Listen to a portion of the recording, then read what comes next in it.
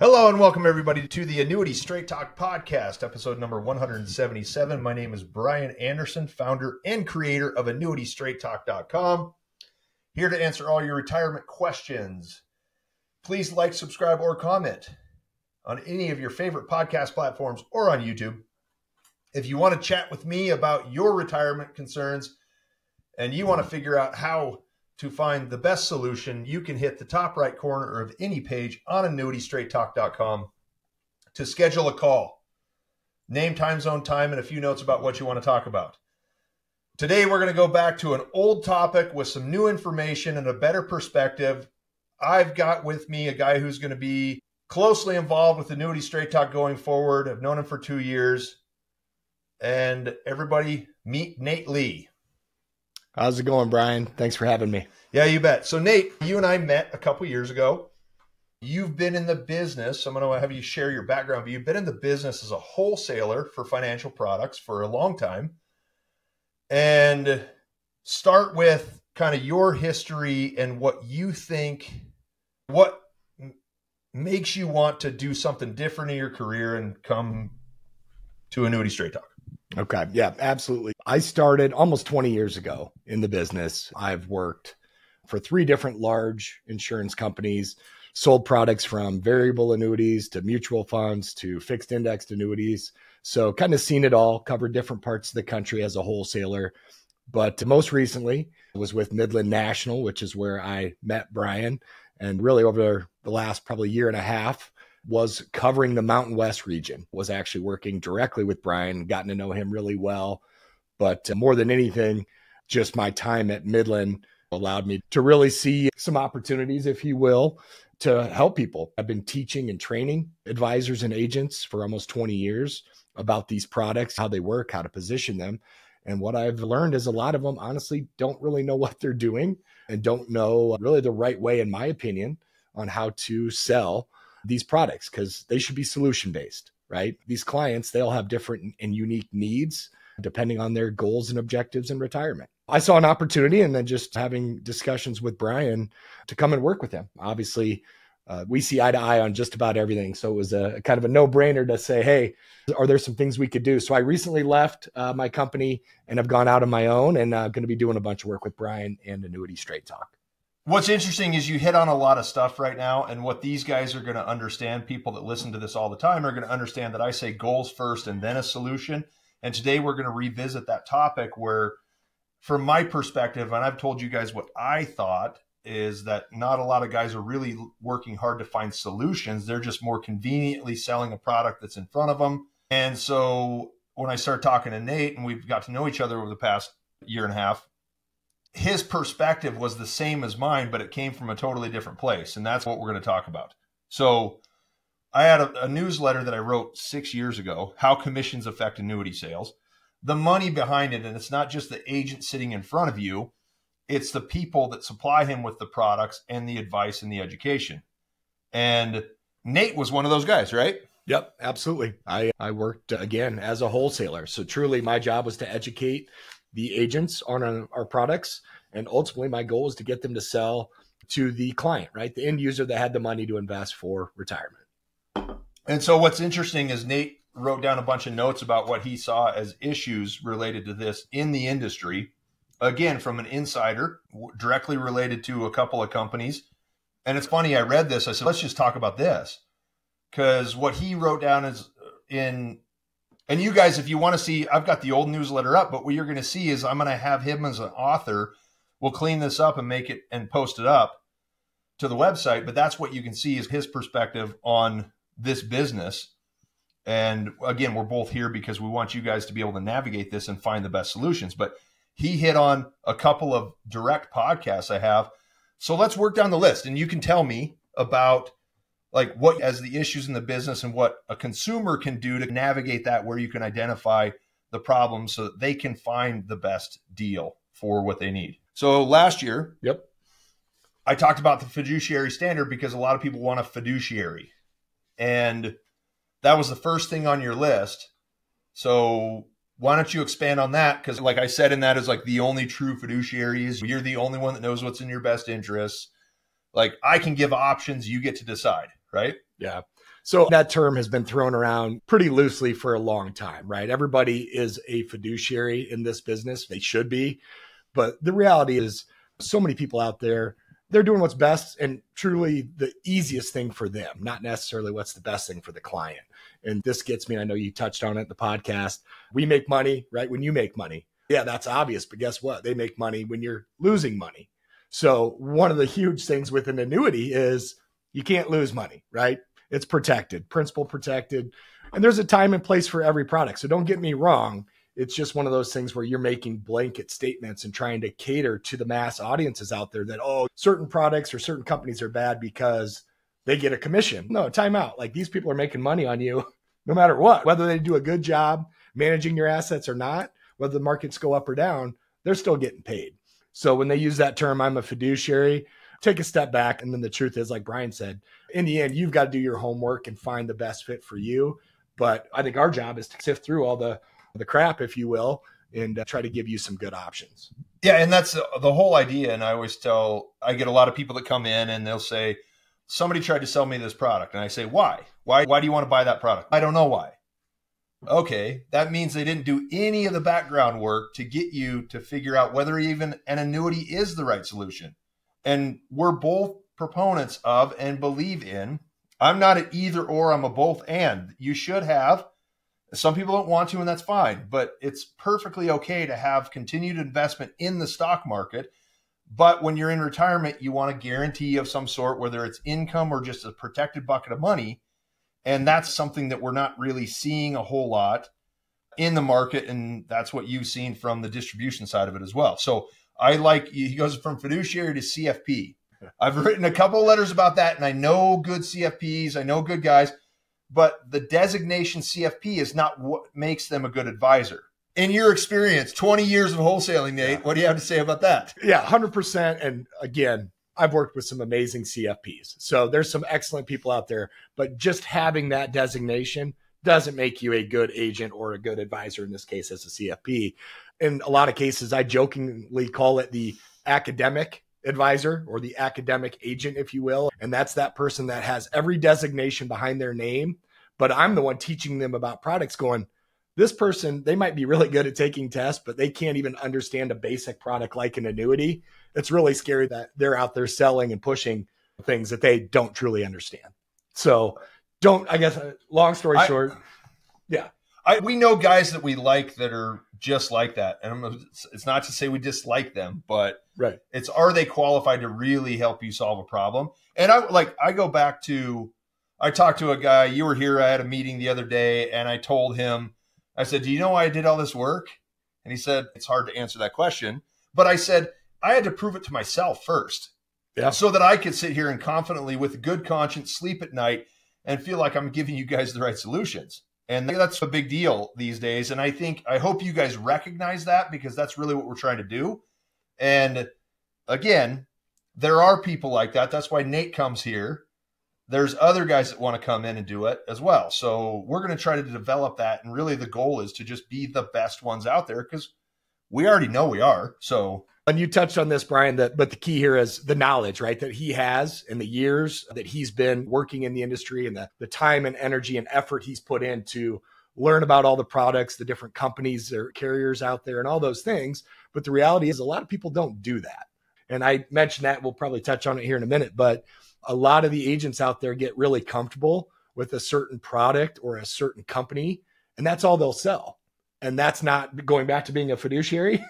That's not being a fiduciary. They're just selling what's easy for them because they understand it, versus that it's the best fit for you, the client. It makes sense. And it's not just the insurance guys as well.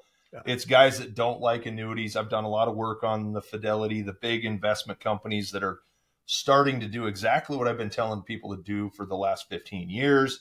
But it goes on to like the perspective that portfolio or investment managers have. Frequent listeners know my buddy John in California, who is a very good portfolio manager. And there's even a difference between him and other people. But as it relates to retirement planning, I don't know, what have you seen? Like cost effective, good solutions, open-minded, right? Yeah. And no, 100%. There's some amazing portfolio managers out there that do an excellent job. And you got to have that money in the market, right? At least a portion of it for most people makes sense. But I do think the key is a lot of those people can't sell annuities. So just keep that in mind, right? Where are they coming from when they're saying, hey, that's better for you to keep all your money in the market or exposed to market risk? It's like, okay, but can you even sell me an annuity? Versus truly doing the homework and finding out what's a good fit or what that client needs. And we're going to talk, I think, about this here in a second, but it went back to when I came in the industry. There were a lot of companies that had a brand name over their door. And I would always sell, are they only showing you those companies? Are they a captive agent where that's all they've got? And they're going to only show you that because either they make more money on it or that's all they can offer you versus is it the best fit? No, that's true. And it's interesting. Like very beginning of my career, I was a Guardian Life guy, big, strong mutual company, some annuities, whole life, all that stuff. We got podcasts about it. You guys can go look at them. But I liked Guardian because they allowed me to have an independent channel. And so there was really no other way that I knew how to do it in my career except to go and be able to shop the widest variety of products because every annuity is built for a specific solution. And if I only have an income solution for a 55-year-old, I'm pretty much irrelevant to anybody else. And that's what a lot of the captive agents end up getting into. But they're still selling the product for a 55-year-old to somebody who's 70 just wants to protect some money. Yep. And it's pretty ridiculous. But if you go into like distribution of products is a real issue, and that's what the past newsletter was about, you have to understand the money behind all those other channels is in a lot of ways more significant than what the agent's going to get paid to sell it. For sure. And so one of the go to the next point on the list, the broker dealers. We maybe give an example of those. Not everybody knows that term, broker dealer. When I was selling variable annuities back in the day, the distribution channels were through broker dealers. And essentially, they were selling mostly VAs, as we called them, variable annuities back in the day. You don't even hear about them anymore. There was, after the collapse, right, in end of 07, 08, yeah, when everything kind of hit the fan, a lot of those companies got in trouble. And the reality is, I always told people the products were too good. They did a bad job either hedging or pricing those things. And in some cases, the products were excellent. My dad got one that he still swears today is the best investment he ever made, but it had to be sold correctly. And I can't tell you how many times now, right, wholesaling fixed index annuities most recently, I'd sit down with agents and they'd go, man, Nate, my clients and I hate variable annuities. I'm like, you know why? It's because that person just blanket sold those products to people, like you said, because that's all they had in their bag. That was like the one arrow, if you will, in their quiver that they could use. And so they sold it to everyone, whether it was a good fit or not. And even the guys that I started working with, mentors in the business, guys that I trust and who do a really good job, Guardian came out with a variable annuity in 2005. And so they started selling it. And that's when I really got on the analysis side of where is your dollar most effective. And I figured out that the payouts on those were a guarantee for sure, but it was not the fastest way to get where you wanted to go. But these guys were just selling them to everyone. And what happened in the last few years when the rates shot up and we had really good MIGAs and stuff like that, these guys were looking at their variable annuities and the clients looking at them saying, this has performed well and it's got this income on it, but there's all these fees. Mm-hmm. And I don't know why I bought it because I don't even really need the income. It might be a business owner or a guy that's got real estate. He's got cash flow elsewhere. And these guys were bailing and selling them MIGAs. So they paid all those fees for all those years for no purpose. Yeah. Fortunately, the market did well, so the contracts performed. But you see the other side of that where I know specifically MetLife contracts, some of those variable annuities, like miserable returns. Yeah. And Prudential had good ones. Guardian had good ones. Hartford went out of business on their variable annuities. Hartford got in trouble. What was ING, now Voya, AIG. I mean, some of those names, they took bailout money because they needed help. So our goal here is to stay as independent as possible. And you'll understand this one, Nate. I always said that in this newsletter, and you've met guys that will only sell the highest commission. But if you do the right thing, then who cares what you make? Because some of those products are like 1% commission. Some of them go up to 7 or 8. And you make a lot of money, but it doesn't matter what side you're on. It just matters what's best for you. And I laugh whenever somebody would tell me I don't care about commissions. I knew right away that their top priority was commissions. Yeah. It was like laughable if an agent's like, oh, I don't worry about that. but always like throughout the conversation or at the end, they'd be like, so what does this pay me? Like, and let's be honest, nobody works for free, and you should get paid for hard work in any industry, no matter what you do. But the truth is, a lot of these people, again, it's the path of least resistance. Instead of doing the homework and learning about the products and understanding what really is a good fit for their client, that's the bigger issue that I have with so many of these people out there. They were just taking the easy road, if you will. Yeah. The other road is like so much more fulfilling. It's not that hard. Just take your time. Be patient. Right? Shouldn't be that hard, but that's a whole different story, right? Is some of these people, it's transactional. Hate to say it. They're not in it for the long haul. Brian had a call the other day with a client, wanted to talk about reallocating. And unfortunately, there's bad agents out there that they'll write to business and you may never see or hear from them again. And it gives the industry and all of us a bad name. But the reality is somebody that's doing it the right way and is truly trying to put you in a long-term product, you're going to be talking to them for the next 10, 15 years, maybe longer. Absolutely. That's my goal, is like in a number of years, then I just take care of people. I say it's like, if you get in the door before I close it, you're part of the family forever. Some point, I'm going to close the door. And then there's guys like, no, you'll never stop doing this. Yeah. So I'll be like an old annuity guy. And then I'll be everything that I said you shouldn't look for. When I was 35, it's like, oh, I'll be here when you need me. And now, like, I don't know. I'm not there yet, though. I'm only 46. So, so a big part of like talk about distribution and what sways agents to sell one thing over another. And it's a necessary evil in the business because most of them work through that. But we talk about IMOs, insurance marketing organizations, or sometimes called FMOs, field marketing organizations, but it's a third party distribution system for the insurance companies. So they kind of like outsource it and they keep their home office operations lean.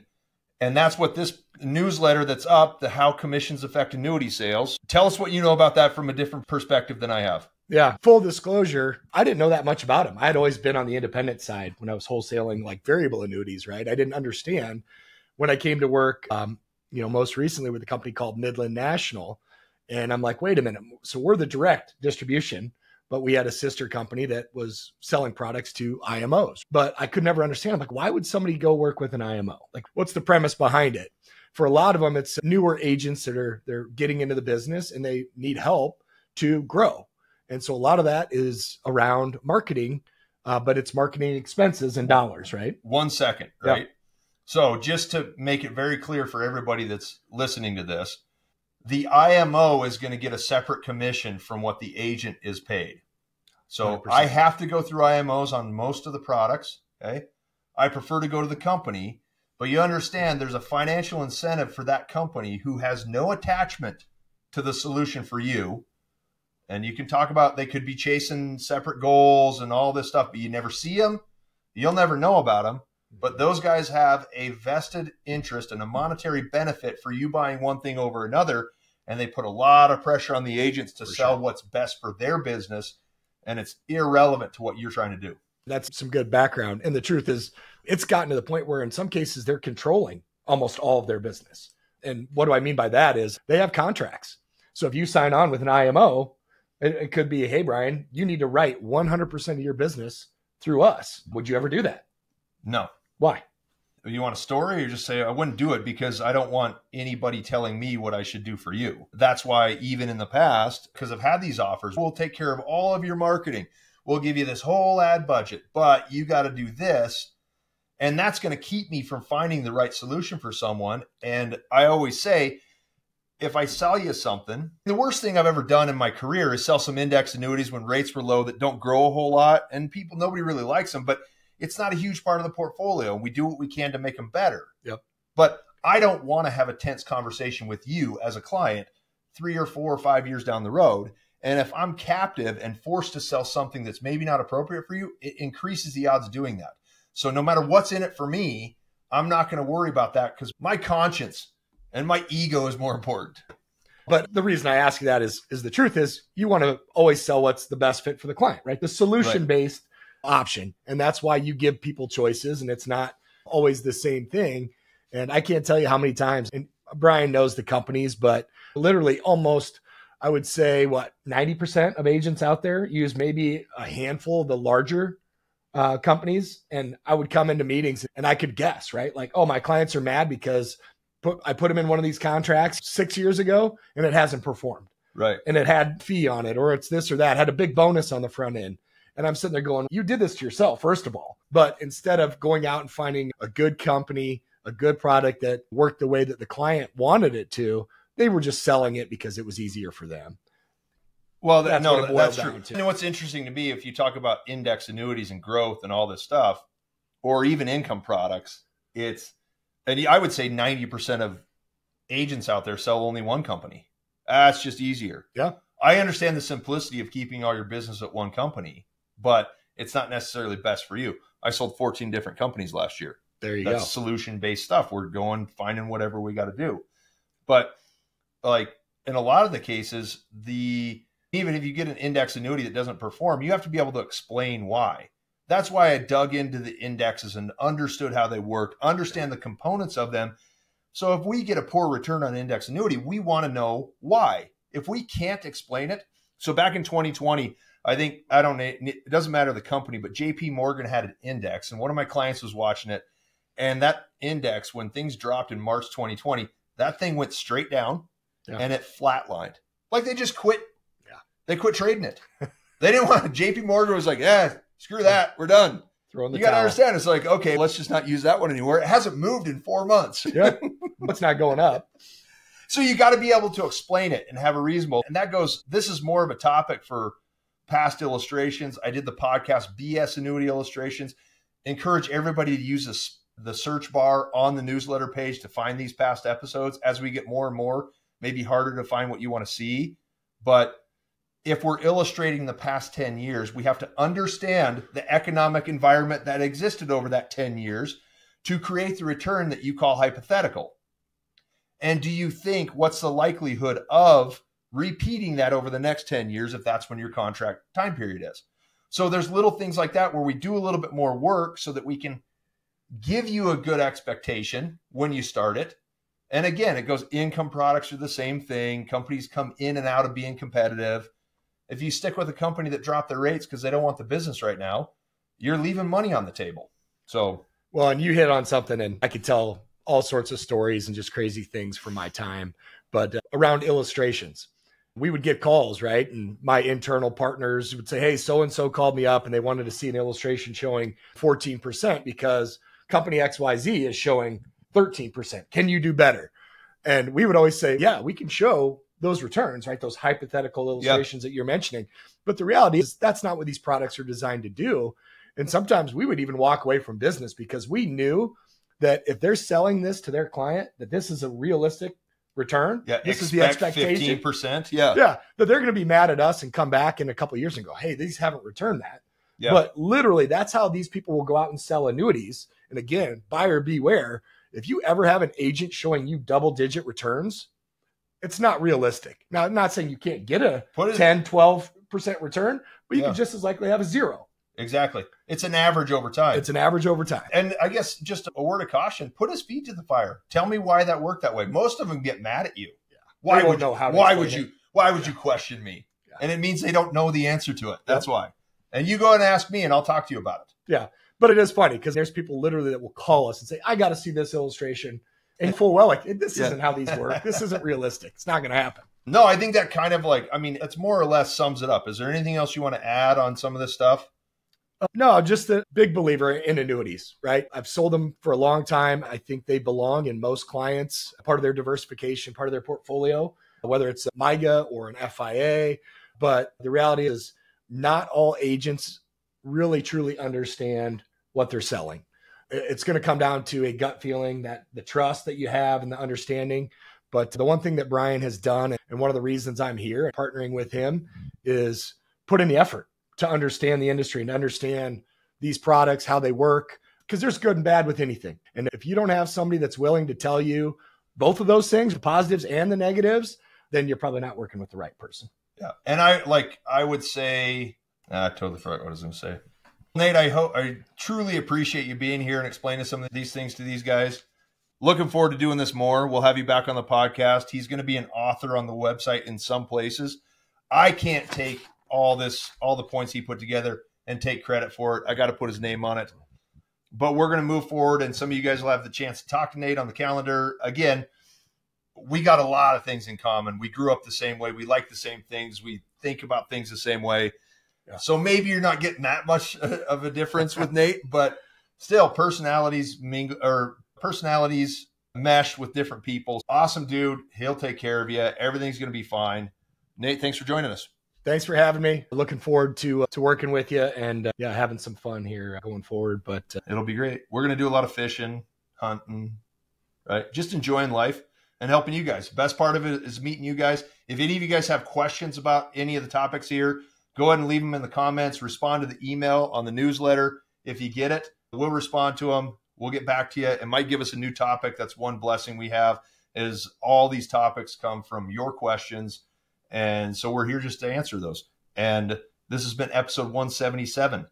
My name is Brian Anderson, founder and creator of AnnuityStraightTalk.com. Like, subscribe, or comment on any of your favorite podcast platforms or on YouTube, top right corner of any page on AnnuityStraightTalk.com. If you're watching the video, it's right there. It says schedule a call. Hit the button. We'll give you a call at the time you suggest. Thank you so much for joining us, and we will see you next week with episode 178.